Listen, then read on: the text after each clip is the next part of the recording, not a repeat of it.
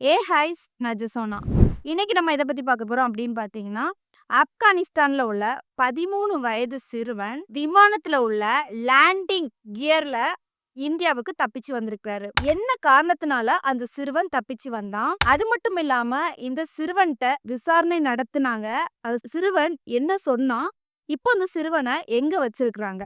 இதெல்லாம் பத்தி தான் முழுக்க முழுக்க நம்ம டீட்டெயிலா பார்க்க போறோம். இந்த வீடியோக்குள்ள போறதுக்கு முன்னாடி இந்த வீடியோ பத்தின கருத்து ஏதாவது உங்களுக்கு இருந்துச்சுன்னா கமெண்ட்ல சொல்லுங்க. ஏன்னா உங்களுடைய கமெண்ட்ட பார்த்துட்டு நாங்க நெக்ஸ்ட் வீடியோ இன்னும் பெஸ்ட்டா எடுக்கிறதுக்கு யூஸ்ஃபுல்லா இருக்கும்.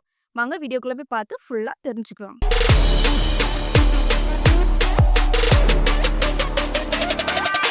சரி. அந்த சிறுவன் எப்படி ஆப்கானிஸ்தான்ல உள்ள விமான நிலையத்துக்கு நுழைஞ்சாரு அப்படின்னு பார்த்தோம்னா, அந்த சிறுவனுடைய வயசு 13. அவங்களுக்கு எந்த ஊரை சார்ந்தவங்க அப்படின்னு பார்த்தீங்கன்னா, ஆப்கானிஸ்தான்ல உள்ள குண்டூஸ் நகரை சேர்ந்தவர் தான் அந்த சிறுவன். சரியா? அவர் எப்படி விமான நிலையத்துக்கு வந்தாரு அப்படின்னு பார்த்தீங்கன்னா, அந்த விமானம் காபூல் ஹமீத் கார்ஜாய் சர்வதேச விமான நிலையத்துல வந்து என்ன பண்ணியிருக்காங்கன்னா, அங்க உள்ள பயணிகள் என்ன பண்ணியிருக்காங்க, விமானத்துக்கு டிக்கெட் குடுத்துட்டு போவாங்க. செக்கிங்லாம் நடக்கும். அப்ப அந்த பயணிக்கு பின்னாடி என்ன பண்ணியிருக்கான், அந்த சிறுவன் பின்னாடியே போயிருக்கிறான். ஏன்னா, அப்ப என்ன நினைப்பாங்க செக்யூரிட்டி, இந்த குழந்தைங்க, அவங்களுடைய குழந்தைங்களா இருக்கும் அப்படிங்கிற மாதிரி நினைப்பாங்க. சரியா? முழுக்க முழுக்க அந்த பையனுக்கு நம்ம இந்தியாவுக்கு வரணும் அப்படிங்கிற மாதிரி ஒரு தாட் கிடையாது. அப்ப அந்த பையன் எங்க போறதுக்கு ஆசை இருந்துச்சு அப்படின்னு பார்த்தீங்கன்னா, அந்த பையன் ஆப்கானிஸ்தான்லேருந்து ஈரானுக்கு போணும் அப்படிங்கிற மாதிரி தான் முதல்ல பிளானு. அப்புறம் அந்த பையன் சின்ன பையனால எந்தெந்த ஃப்ளைட்டு போகுது, எங்க போகுதுன்னு தெரியாதுல்ல. சரி அப்போ இந்த ஃப்ளைட்ல ஏறியாச்சு. அது நேரா டெல்லிக்கு லேண்ட் ஆயிடுச்சு. அதனால தான் இந்த பையன் டெல்லியில லேண்ட் ஆயிட்டான். இது எதுல சொல்றாங்க அப்படின்னு பார்த்தீங்கன்னா, அந்த பையன்ட்ட விசாரிக்கும்போது இந்த பையன் அங்க உள்ள செக்யூரிட்டி நம்ம இந்தியா செக்யூரிட்டி கிட்ட சொல்றாங்க. சரி.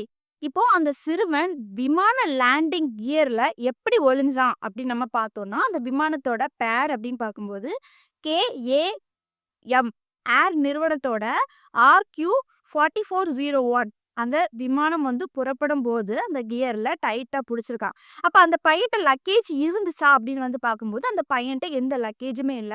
பட் ஒரு சின்ன பையனால ஒரு சிவப்பு கலர் ஸ்பீக்கர் பாக்ஸ் மட்டும் வச்சிருந்திருக்கான். சரியா?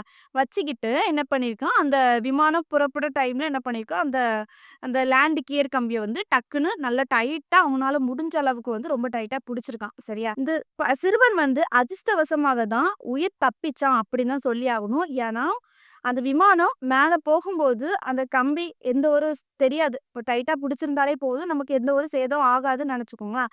அது லேண்டிங் கியர் கம்பினால நம்ம அது கீழ இறங்கும்போது, அது எப்படியும் கீழ லேண்ட் ஆகும்.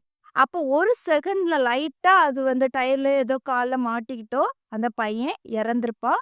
பட் அதிர்ஷ்டவசமா அந்த பையன் டைட்டா புடிச்சதுனால அந்த பையன் உயிர் தப்பியிருக்கிறான். சரி, இப்போ 2 மணி நேரத்துல அந்த பையன் சந்திச்ச சவால்கள் என்னென்ன அப்படின்னு நம்ம பார்த்தோம்னா, கிட்டத்தட்ட அந்த ஃப்ளைட்டு ஆப்கானிஸ்தான்லேருந்து இந்தியாவுக்கு வர்றதுக்கு கிட்டத்தட்ட 2 மணி நேரம் ஆச்சு. அதாவது நம்ம கிலோமீட்டர் அப்படின்னு பார்க்கும்போது ஒரு 1000 கிலோமீட்டர் அப்படிங்கிற மாதிரி சொல்லலாம். சரியா? அதே மாதிரி இந்த ஃப்ளைட் எவ்வளோ உயரத்துல பறந்திருக்கு அப்படின்னு பார்த்தீங்கன்னா, 36,000 கிலோமீட்டர் உயரத்துல பறந்திருக்குது. அப்படி அந்த பையன் வந்திருக்கான். இதுல என்ன ஒரு இதெல்லாம் தாண்டுனான் அப்படின்னு பார்த்தீங்கன்னா, அந்த ஃப்ளைட்டு மேல போகும்போது கிட்டத்தட்ட 50 டிகிரி செல்சியஸ் குளிர் இருக்கும். சரியா? அது மட்டும் இல்லாம மேல இருக்கும்போது ஆக்ஸிஜன் பற்றாக்குறை கண்டிப்பா இருக்கும். அது மட்டும் இல்லாம ஹைப்போதெர்மியா இந்த மாதிரி ஒரு கஷ்டமான சூழ்நிலைகள ஆபத்துல இருக்கும்.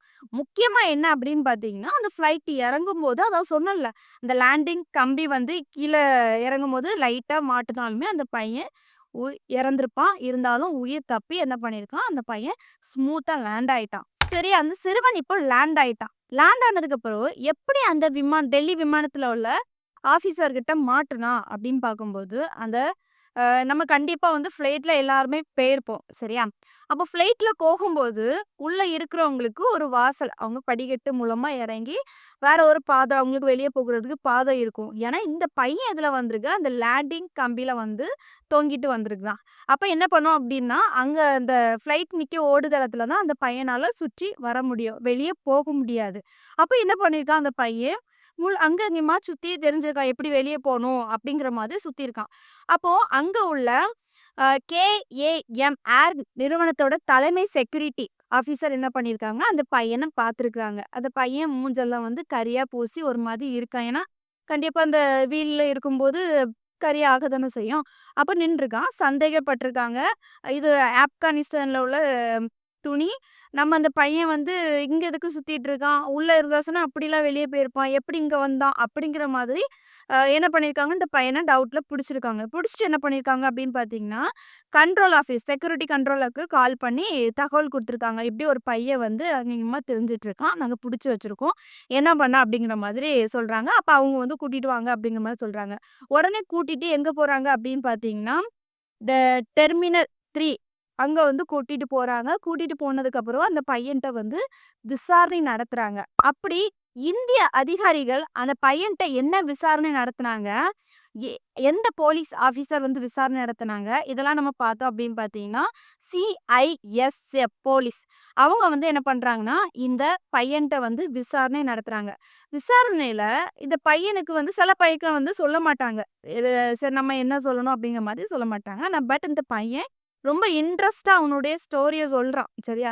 அப்ப என்ன பண்றாங்கன்னா, கிட்டத்தட்ட 2 மணி நேரம் விசாரணை நடத்துறாங்க. "நீ யாருப்பா? எங்கேருந்து வார?" அப்படின்னு சொல்லும்போது, அந்த பையன் சொல்றான், "நான் ஆப்கானிஸ்தான் நாட்டை சேர்ந்தவங்க. நான் அங்க இருந்து நான் ஈரானுக்கு போணும் அப்படின்னு தான் ஒரு எண்ணம்.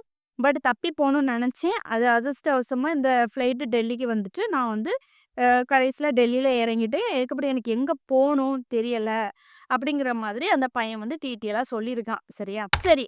இப்போ அந்த பையன் எல்லாமே சொல்லிட்டான். இப்ப அந்த பையன ஆக்ஷன் எடுத்தாங்களா? இந்த பையன் இந்த மாதிரி தப்பி இந்தியாவுக்கு வந்திருக்கான். இந்த பையன் மாதிரி ஏதாவது ஆக்ஷன் கம்ப்ளைண்ட் ஏதாவது பண்ணாங்களா? அப்படின்னு பார்த்தீங்கன்னா, பட் பண்ணல. ஏன்னா 13 வயசு சிறுவன்னால சரி தெரியாம தப்பிச்சு வந்துட்டான். இனி என்ன பண்ணணும் அப்படின்னு பார்த்தீங்கன்னா, ஆக்ஷன் எடுக்காம சரி அவங்களுடைய ஊருக்கே அனுப்பிடலாம் அப்படிங்கிற மாதிரி அவங்க பண்றாங்க.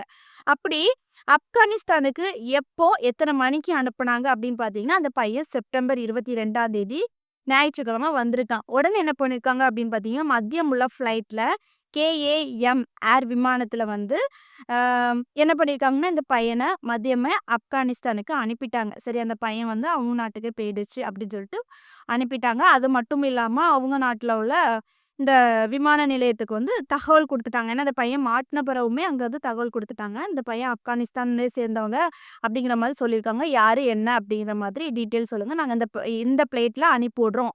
அப்படிங்கிற மாதிரி இவங்களும் அங்க இன்ஃபார்ம் பண்ணிட்டாங்க. சரியா? சரி. இப்ப என்னுடைய கருத்து என்ன அப்படின்னு பார்த்தீங்கன்னா, ஒரு 13 வயசு சிறுவன் விமானத்துல ஒரு லேண்டிங் கம்பிய புடிச்சு தொங்கிட்டு வந்திருக்கான். இப்ப இத பார்க்கும்போது, இது சட்டவிரோதமா ஒரு செயல் தான் அப்படிங்கிற மாதிரி நான் சொல்லுவேன். கண்டிப்பா ஆக்ஷன் எடுத்து தான் ஆகணும். ஒரு 13 வயசு சிறுவனால சரி நம்ம ஆக்ஷன் எடுக்காண்டா அப்படிங்கிற மாதிரி மறுபடியும் ஆப்கானிஸ்தான் நாட்டுக்கே வந்து அனுப்பிட்டாங்க. ஏன்னா அங்க போனதுக்கப்புறம் அந்த பையன் என்ன ஆனான்னு நம்ம சொல்ல முடியாது. சட்டவிரோதமா அங்க உள்ள செக்யூரிட்டிகள தாண்டி விமானத்துல தப்பி வந்ததுனால ஒருவேள ஆக்ஷன் எடுக்க வாய்ப்பு அதிகமாவே இருக்குது. இப்போ இந்த சிறுவன் ஆப்கானிஸ்தான்ல இருந்து நம்ம தப்பி பேரணும் வேற நாட்டுக்கு அப்படிங்கிற மாதிரி எதனால நினைச்சான்? முக்கியமா ஈரானுக்கு போணும் அப்படிங்கிற மாதிரி நினைச்சிருக்கிறான். பட் தப்பி தவறி இந்தியா டெல்லிக்கு வந்துட்டான். என்ன காரணமா இருக்கும்? இத பத்தி உங்களுக்கு தெரிஞ்சுனா கமெண்ட்ல சொல்லுங்க. நெக்ஸ்ட் ஒரு வீடியோல சந்திக்கிறேன். பாய்.